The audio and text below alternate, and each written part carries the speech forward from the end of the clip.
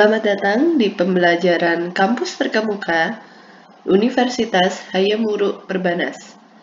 Pembelajaran daring kali ini adalah Etika Bisnis dan Profesi Akuntansi pada bab 1 tentang pemahaman etika.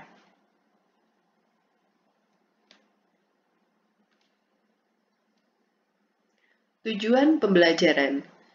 Mahasiswa diharapkan mampu memahami 1. Pengertian dan definisi etika. 2. Tujuan mempelajari etika. 3.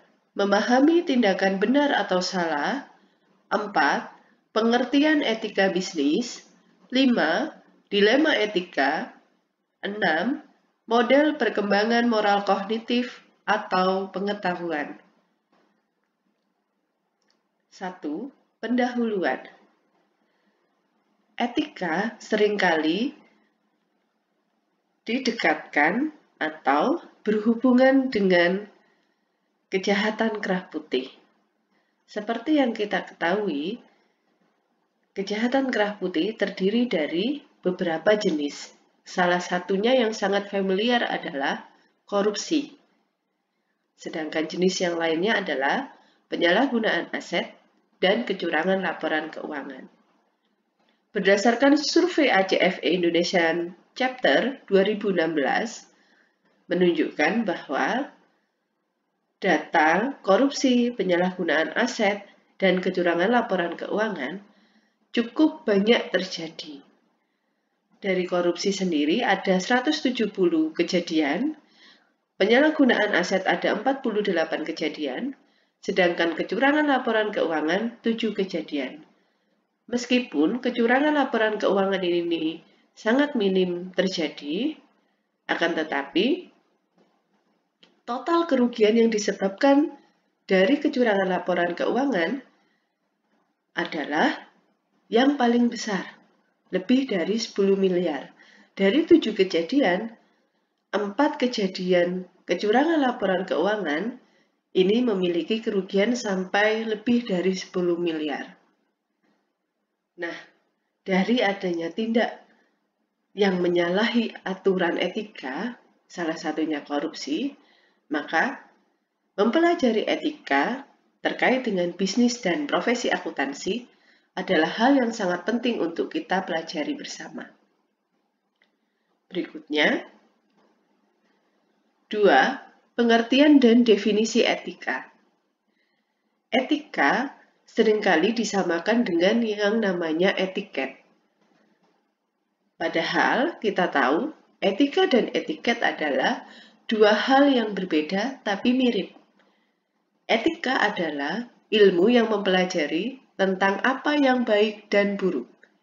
Sedangkan etiket adalah terkait dengan tata cara atau sopan santun di masyarakat. Itulah perbedaan etika dan etiket.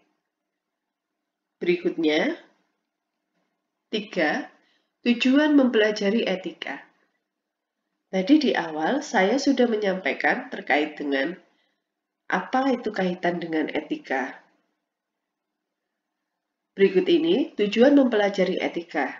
Yang pertama adalah untuk memberikan keyakinan yang kuat pada seseorang dalam menghadapi permasalahan yang kompleks.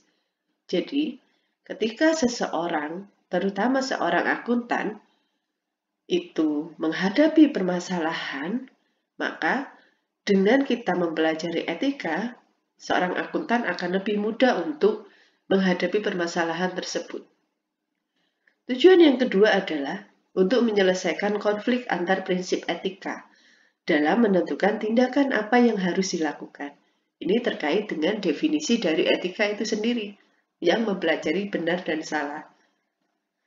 Kemudian yang ketiga, untuk memberikan keyakinan yang kuat pada kaum profesional sehingga memiliki pegangan nilai-nilai yang kuat. Makanya kita tahu setiap profesi akan ada yang namanya kode etik. Itulah hal mengapa etika itu penting. Yang keempat, untuk memahami apakah dan mengapa pendapat dari kaum profesional itu yang dijadikan pegangan. Dan yang terakhir terkait dengan untuk belajar menentukan prinsip-prinsip etika dasar yang dapat diterapkan dalam suatu kegiatan. Itulah tadi tujuan dari mempelajari etika. Yang berikutnya adalah 4. Mempelajari tindakan benar atau salah. Untuk menentukan suatu tindakan itu benar atau salah, maka ada beberapa tahapan yang menunjukkan atau menjadikan guidance untuk kita menentukan tindakan itu benar atau salah. Yang pertama adalah terkait dengan standar moral dan nilai-nilai. Dengan adanya standar moral dan nilai-nilai yang dikumpulkan dijadikan satu, maka muncullah yang namanya kode atau aturan perilaku. Dari aturan perilaku ini dikumpulkan menjadi satu, maka terbentuklah suatu sistem nilai. Dari adanya sistem nilai ini, jika dikoordinasikan dengan baik secara sistematis, maka muncul yang namanya kode etik profesi. Dari kode etik inilah yang bisa menentukan kita apakah tindakan kita itu benar atau salah. Berikutnya, 5. Pengertian etika bisnis. Nah, ini ada dua pendapat dari Velasquez 2006 dan dari Gillier 2008. Menurut Velasquez 2006 menyatakan bahwa etika bisnis adalah salah satu kajian khusus tentang moral yang benar atau salah yang dititikberatkan pada standar moral yang diterapkan pada lembaga, organisasi, serta perilaku dunia usaha. Sedangkan menurut Gillier 2008, etika bisnis sebagai penerapan standar perilaku moral pada dunia usaha.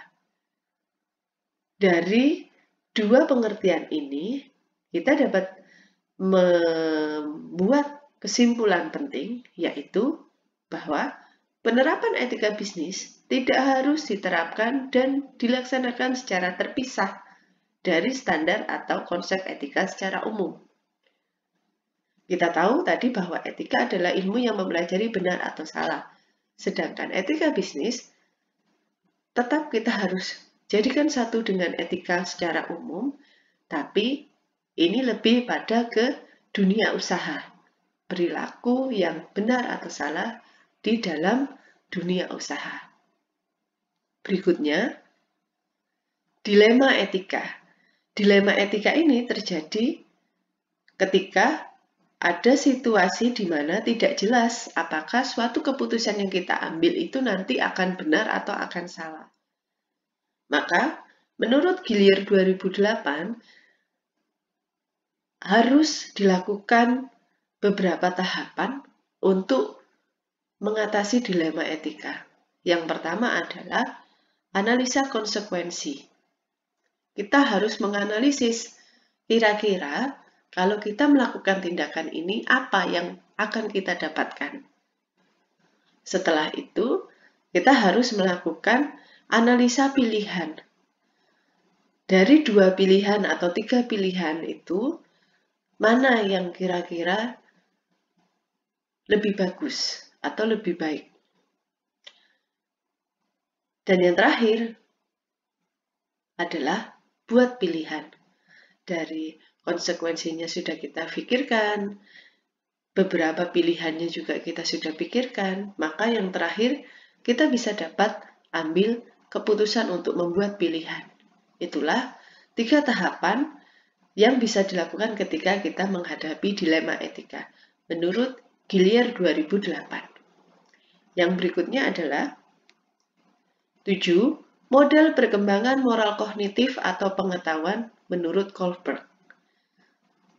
Di sini ada 2 sisi tahapan dan motif untuk mengerjakan yang benar. Menurut Kohlberg, ada 3 tahapan, yaitu prekonvensional, konvensional, dan postkonvensional otonomi.